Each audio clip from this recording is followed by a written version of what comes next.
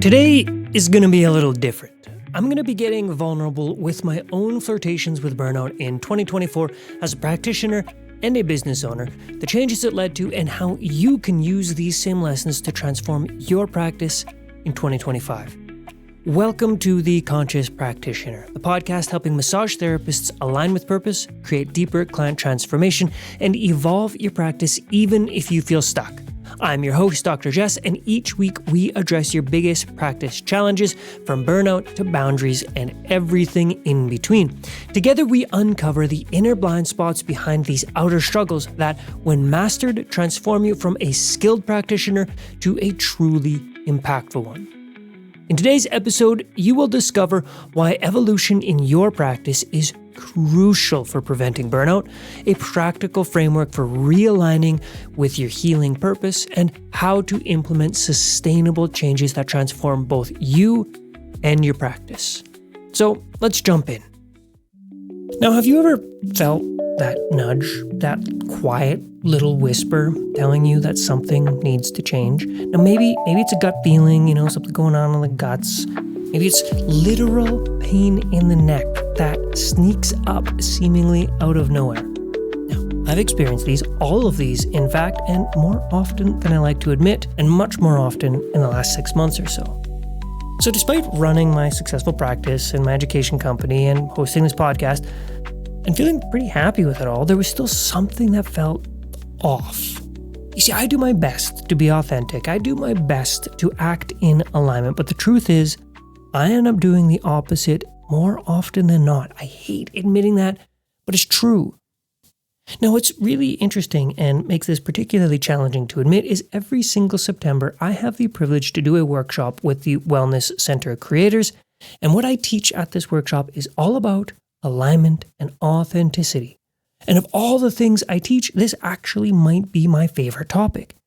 And I think the reason that I like it so much is because, quite frankly, these are the two areas that I struggle with more than pretty much any other area of business. And there I was standing in front of this group of incredibly successful wellness center owners. I'm talking like people who had clinics that had staffs of 60 or more. And I'm teaching them about alignment and authenticity and intuition. Now, of course, there was a bit of imposter syndrome in there, which we'll talk about at another time. But when I was up there talking, there was this moment, and I remember it so clearly. I made eye contact with one of the participants. Her expression was like earnest. She had this look of understanding as I was talking about how important it is to be authentic and act in alignment. Yes, I felt the vibe there. Like, I know exactly what you're talking about, and it felt really good in that moment. But in that moment, I suddenly knew with perfect clarity where that whisper of change was coming from. There were parts of my business that were not in alignment. My behaviors were inauthentic, and it was burning me out fast. Now, the irony is thick. I get it. I teach this stuff. And I work with clients in my coaching practice all the time dealing with this exact same thing, but I fell into the trap of doing what worked instead of what mattered, even though I damn well knew better. And to add insult to injury, one of my main points in the workshop is that a lack of alignment and inauthenticity is one of the biggest causes of burnout. So maybe this resonates with you. Does it in fact resonate with you in your own practice? This realization, it sparked the evolution that you may have noticed. The podcast has evolved from aim in practice to the conscious practitioner, not because my own aims, pun intended, weren't important. They absolutely are. But because I realized that sustainable success requires both conscious awareness and clear direction. And I know I'm not alone on this journey. This evolution reflects what so many of us deal with in our own lives and our own practice. So starting in January, I'm excited to announce that we're expanding to include weekly solo episodes alongside our guest interviews. Why?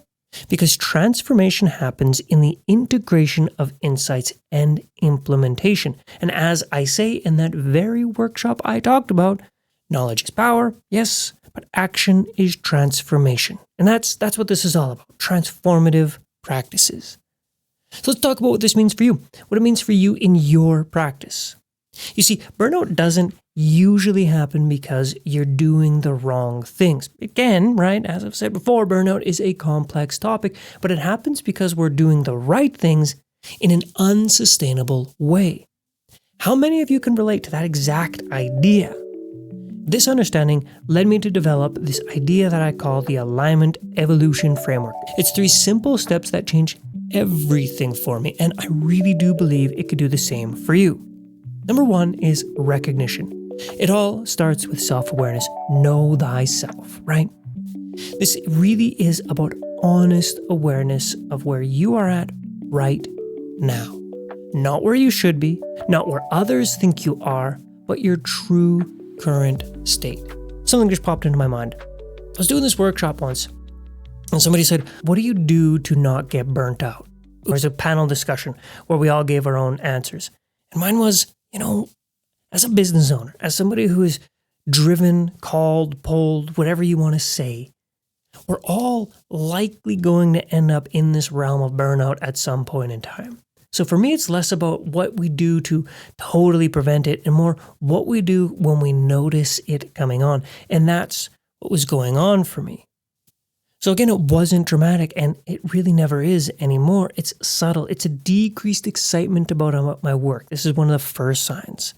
A slight resistance when I was doing podcast recording, and it was a feeling of just going through the motions. I wasn't in it. I wasn't jazzed about it. So then the question is, what are your subtle signs?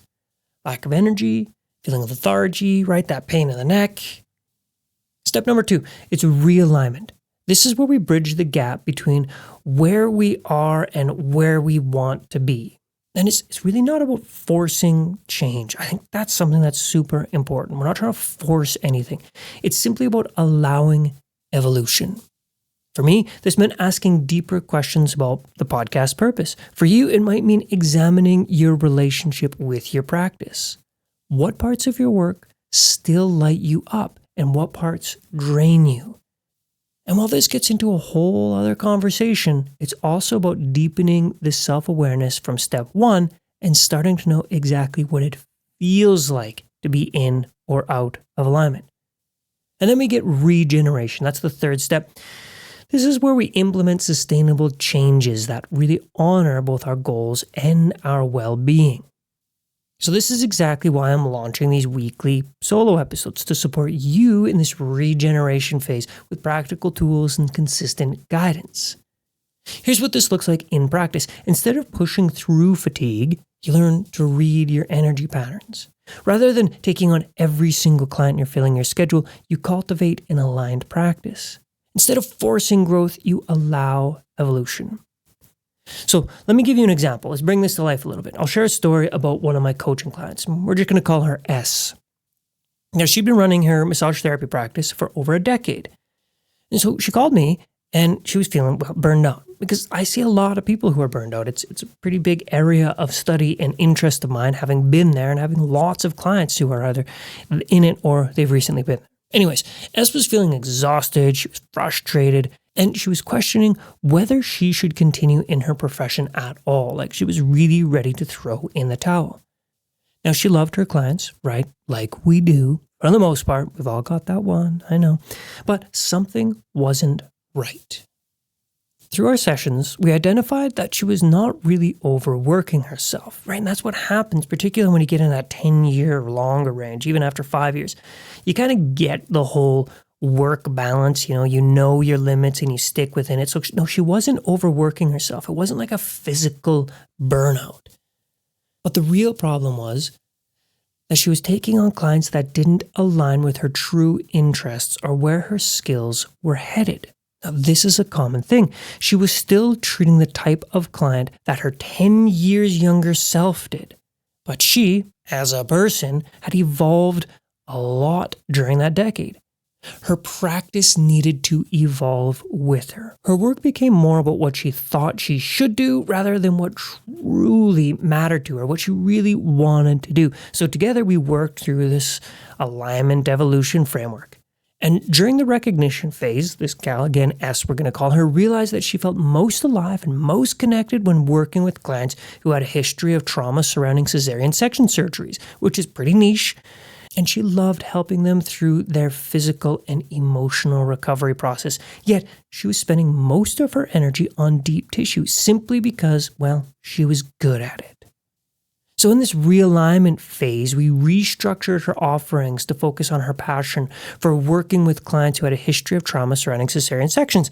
And we adjusted her marketing and her client onboarding process to attract these specific types of clients. And we also set boundaries around her work hours to really protect her energy so she was better able to truly show up for the people she loved working with.